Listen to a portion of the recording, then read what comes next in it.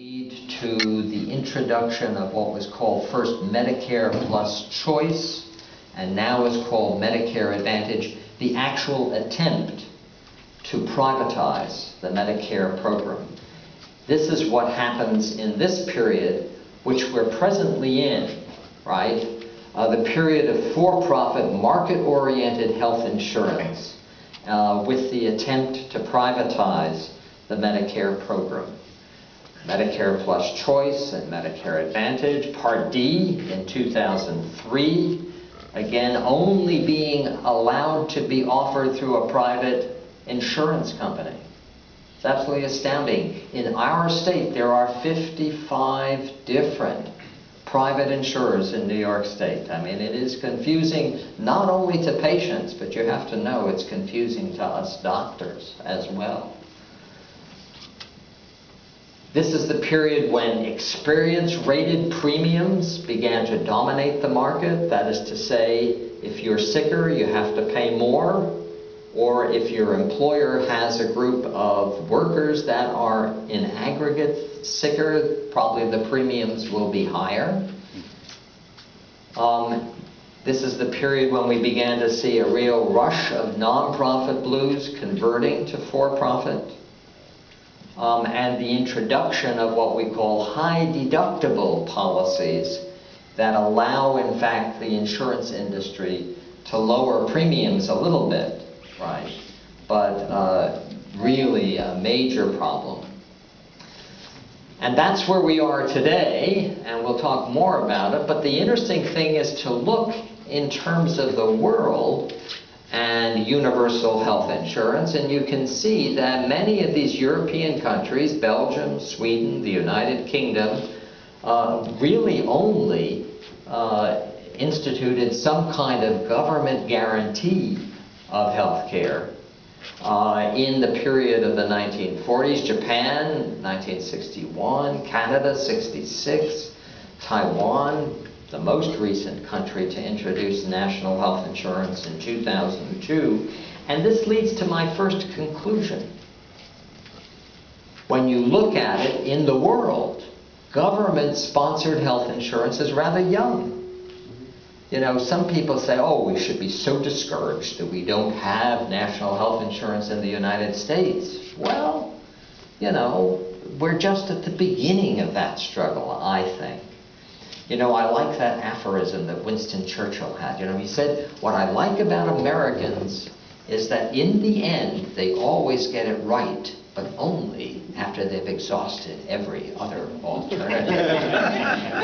We are attempting to exhaust every other alternative right now. So, any questions about this history people would like to make? Yes? More of a comment, though.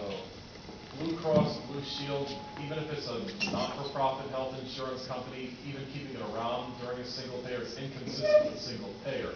And it's inconsistent simply because it is a company, even though it's not for profit, it's an insurance company, it's still privately chartered. If it wants to go private, what it's simply doing is you're ripping a mask off the beast. You know what I mean? Well, I agree with you 100%. In a single payer, they wouldn't even exist. It was very likely they would not exist in their present form, put it that way.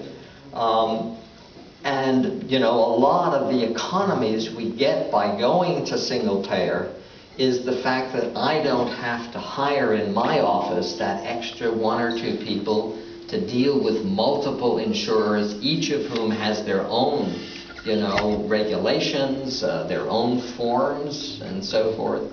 And that's true for hospitals as well. So absolutely correct. Probably under a single payer, Blue Cross would morph out of the kind of position it presently has. As you may know, in many states, it operates as, you know, frankly, an intermediary for Medicare. And that might continue, but that isn't, that isn't a major function. I think we can live with a Blue Cross that's an intermediary, frankly, but not one that's an insurance company. Yes? Doc, by pointing out that every other industrialized nation has universal health care, was your underlying message simply to point that out, or was it that every other industrialized nation has found that as a matter of economic necessity and well-being for the country, the idea is to have an efficient healthcare system that's going to let people go about their business rather than being encumbered with all this other nonsense that we go through with from these private insurance? Well, it sounds like a good way of talking about it, just the way you did. I would say the other aspect of this is that other industrialized nations have avoided what I would call the commoditization of healthcare, viewing it as a commodity that can be bought and sold for profit. That I'm not sure is what we need to have, and what we do have, unfortunately, in the United States. Let me turn to the second part of this talk, and that's the part that deals with economics. This is a slide I got from an economics professor friend of mine, right? You'll notice there's no labeling on the abscissa or the ordinate. He said you can use it for any talk. Things are always going up, right? So let's look at national health expenditures. And there's a lot of numbers on this slide, but I'll point some out to you. We're going to compare 1960 to 2007. The reason I'm doing that is that 2007, by the way, is the latest truly validated data that we can use as comparisons. And it comes out in January of the year after, 2 years after, so to speak. Anyhow, back here, total national health expenditures in 1960 were $26.9 billion. It's now $2,241 billion. Oh my gosh. Trillion. 2 trillion. Yes. 241 billion. Okay.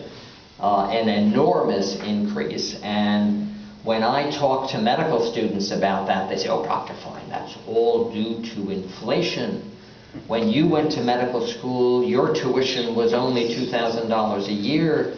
My tuition, they will point out, is somewhere around $40,000 to $45,000 a year. What on this slide tells you it's not just inflation? Population. Okay, yeah. Is there a number you should point out? The bottom line. The bottom line, right. Back in 1960, of all the goods and services produced by our economy, 5.1% went into healthcare. In 2007, it's up to 16%, and actually, probably this year, it's closer to 17 or 18%. And how much of that would be explained by technological advances?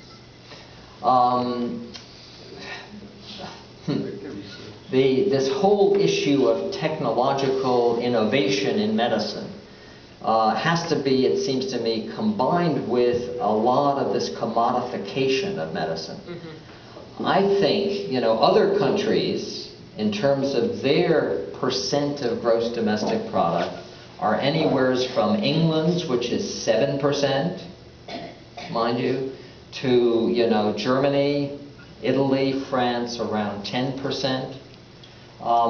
And yet they actually have the same technology that we have.